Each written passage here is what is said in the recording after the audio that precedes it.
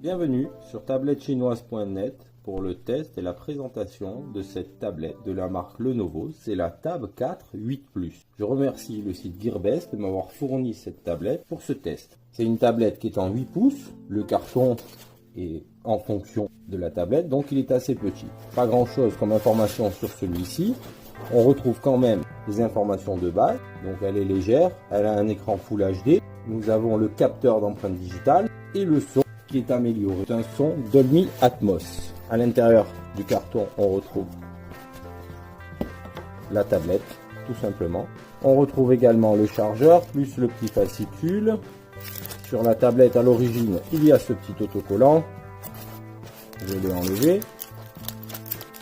Alors, cette tablette est très jolie. Elle a des avantages, des inconvénients. L'écran en verre devant, avec un verre à l'arrière qui brille. Elle est magnifique. En main, très bien. C'est une tablette qui s'avère très glissante. Il faudra tout de suite acheter une pochette de protection qui permettra de moins glisser parce que prise en main c'est très glissant. Ou alors il faut avoir les mains moites. Très joli esthétiquement. On voit pas bien la couleur, mais ça brille. Alors, la tablette, en plus de son petit guide, est fournie avec un transformateur secteur. Là par contre c'est une prise chinoise, donc il faudra un adaptateur. Lenovo ne le fournit pas dans la boîte. Un câble USB. Donc là, c'est un câble USB type C. La tablette est équipée de l'USB type C. C'est un USB 3. C'est un modèle équipé de 4 Go de RAM et 64 Go de stockage. Elle a un écran Full HD 8 pouces en 1920 par 1200. C'est une dalle qui a 10 points de toucher. Elle est très légère, elle fait 300 grammes. Elle est fine, elle fait 7 mm. C'est une tablette familiale, elle tourne sous Android Nougat, c'est la version 7.1.1. La mise à jour du correctif 1er janvier, donc elle n'est pas très vieille la mise à jour. Alors, au premier démarrage de cette tablette, il va falloir faire des mises à jour, ça va être très long. Lenovo doit avoir des serveurs qui n'avancent pas, donc il y a 4 mises à jour d'affilée. La première mise à jour, j'avais fait un benchmark avant, j'en ai fait un au milieu entre deux. Et j'ai fait un dernier benchmark pour la dernière mise à jour. Benchmark en tutu, donc le résultat 77 574. J'en ai effectué d'autres, ça doit être celui-ci, voilà, 77 102 entre deux mises à jour. Et le dernier résultat pour la dernière mise à jour, celle qui est effective en ce moment dans la tablette, est à 77 698. Donc c'est le meilleur résultat que j'ai obtenu. Donc la mise à jour est très bien. Sur la tablette là, pour faciliter les choses, j'ai installé donc une souris. Comme c'est un port USB type C, j'ai mis un petit adaptateur avec l'USB directement dedans. La suite des résultats des benchmarks, donc en simple cœur là 864, multicœur 4143. C'est pas génial non plus, c'est pas des super résultats. Je vous mettrai tous les résultats dans l'article et celui que je voulais vous montrer. Donc voilà, donc les résultats graphiques. Donc il y a pas mal de points. On tourne au-dessus d'un Galaxy S5 Edge, donc c'est pas mal. La tablette a déjà un an. Il y a un port micro SD, donc on a pas mal de stockage dans cette tablette avec les 64 Go d'origine aussi. Exactement, là c'est CPU-Z, donc c'est exactement la tablette 2,02 GHz sur 8 cœurs. C'est une bonne tablette qui tourne bien. La surcouche logicielle qui a été installée sur cette Lenovo Tab 4 8 Plus est légère. Il y a quelques applications préinstallées. En préinstallé, il y a deux applications Alexa Amazon et Alexa Lenovo. En plus, il y a une application donc ShareIt, ça permet de partager des gros fichiers directement entre les tablettes. Bon, on le fait avec le Explorer. Bon, là, c'est préinstallé. Et SyncSync, c'est pour synchroniser les fichiers avec tous vos appareils. Toutes les applications de Microsoft, Excel, PowerPoint, Word, etc. Tout est déjà d'origine installé. Pareil pour les applications Google. Hop, ça c'est l'application de Lenovo avec des vidéos de présentation pour le coffret d'enfant. Il existe un coffret Home Assistant. Alors ça, à l'intérieur de la tablette, après je vous montrerai, il y a deux applications. Pour le Home Assistant, c'est Amazon qui fait ça. C'est pour Amazon. Une petite vidéo de présentation de la tablette. Rien de transcendant, on la trouve sur YouTube. Alexia de Amazon et Lenovo Alexa.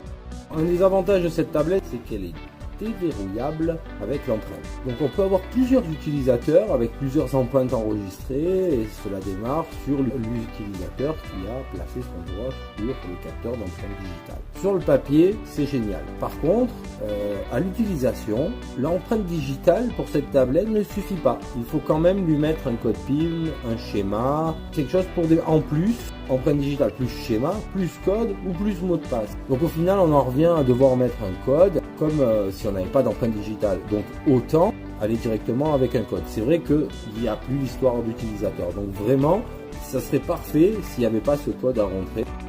Cette tablette est très bien pour regarder des vidéos. Elle a les doubles sorties son, donc à droite et à gauche. Donc la stéréo, c'est pas mal. Elle a le Dolby Atmos, donc genre son surround que l'on peut régler directement depuis l'application Dolby. On voit une petite démo.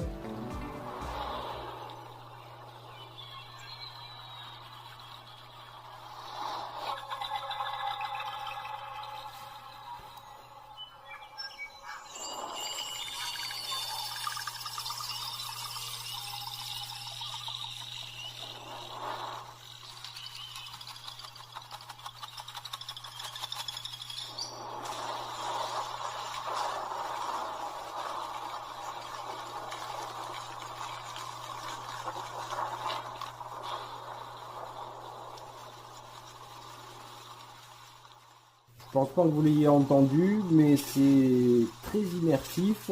Mon équipement n'étant pas équipé de ce son-là, vous ne devriez pas l'entendre pareil.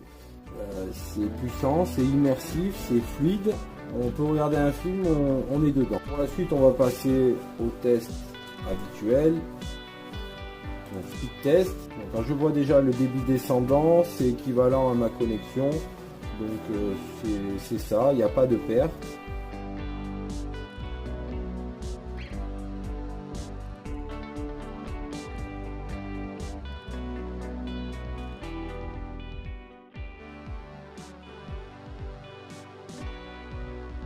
Ça fonctionne très bien. Les infos DRM.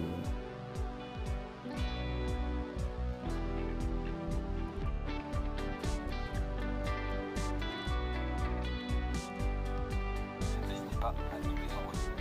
Et puis pour finir, on va tester une deuxième application vidéo. C'est RTE. On entend cette application a des problèmes sur certains périphériques chinois, mais là apparemment aucun problème, ça fonctionne bien. L'image vient pas en entier. On va voir si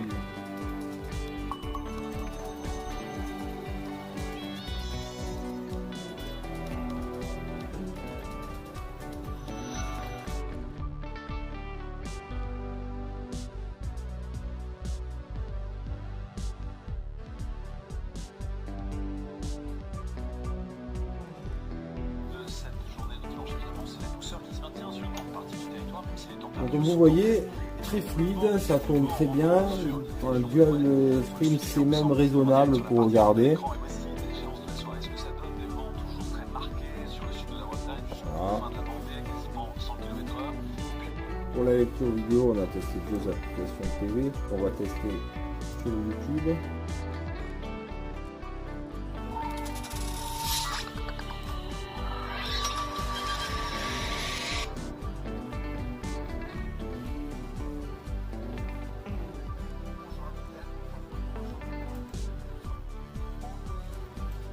Voilà, donc aucun problème de lecture vidéo. On va essayer d'ouvrir Kodi.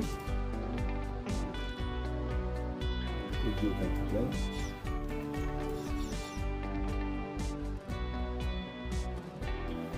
Molotov, la TNT, donc accessible gratuitement.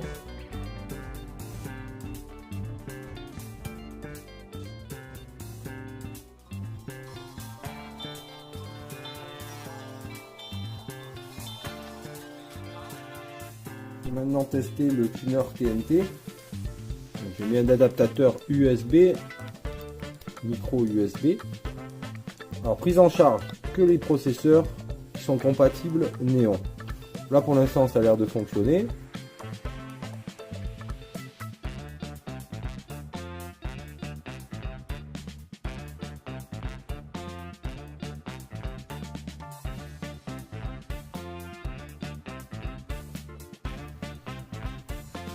Là pour le moment, aucun souci de fluidité. Comme vous pouvez voir, le clavier est un clavier Lenovo, c'est leur clavier à eux. Et il est très bien, finalement très intuitif. Au premier abord, j'ai douté un peu, et après, à l'usage, il est très bien. Il a des raccourcis qui sont bien placés.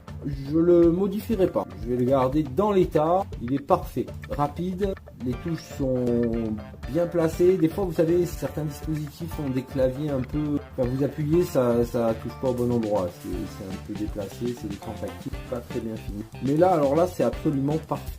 Lecture de magazine, parce que sur ces petites tablettes à transporter partout, c'est pas mal de pouvoir se faire un petit peu de lecture. C'est très propre, on peut lire, il n'y a aucun souci. L'image est vraiment très jolie. Je passe maintenant au test des jeux vidéo. On va attaquer le test par le jeu Asphalt 8 Airborne.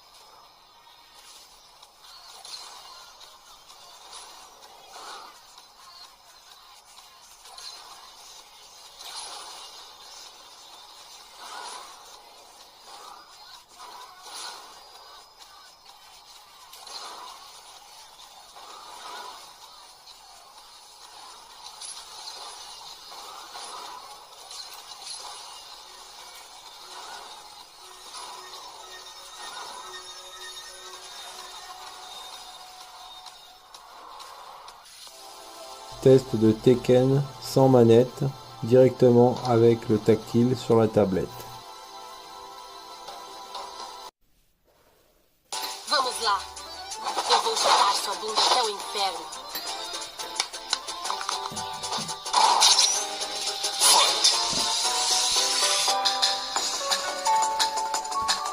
Ya, ya.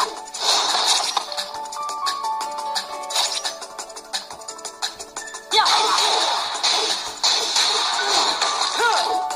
Ya.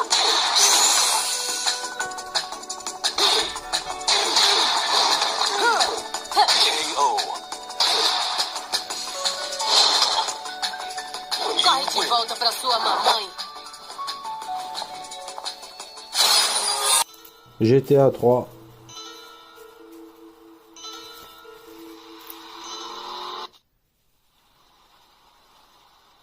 I know a place on the edge of the red light district where we can lay low, but my hands are all messed up, so you better drop, brother.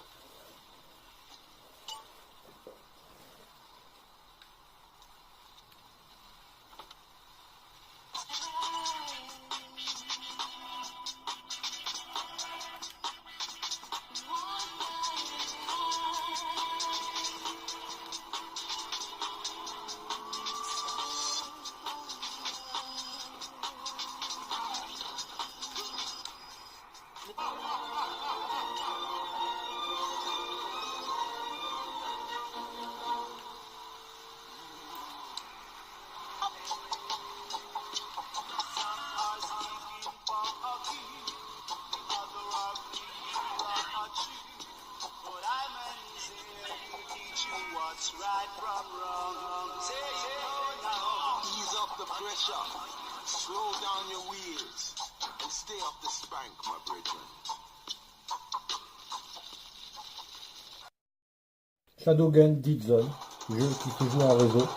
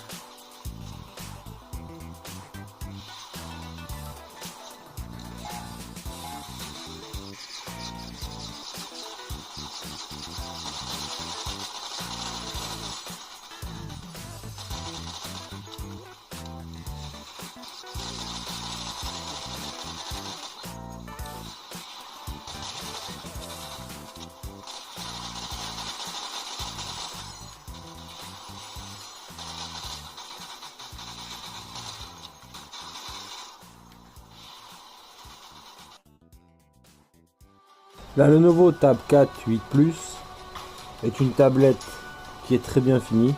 Son format 8 pouces lui permet d'être emporté partout dans une poche. Le design très sympathique, elle est puissante, il y a pas mal de RAM. Toutes les applications du Play Store tournent, c'est très fluide. Même en dual screen, fluidité est là. Niveau jeu, rien à dire, c'est magnifique. Grâce à cet écran Full HD, brillant, la certification Dolby Atmos avec un son qui englobe. On est vraiment dedans, que ce soit pour une vidéo ou un jeu vidéo. Il existe 2 coffrets en option pour cette tablette, un coffret pour enfants et un coffret Amazon Alexa pour communiquer avec la tablette vocalement. N'hésitez pas à commenter et à mettre un petit pouce levé, ça fait toujours plaisir. Et je vous retrouve bientôt pour de nouvelles vidéos sur tablettechinoise.net.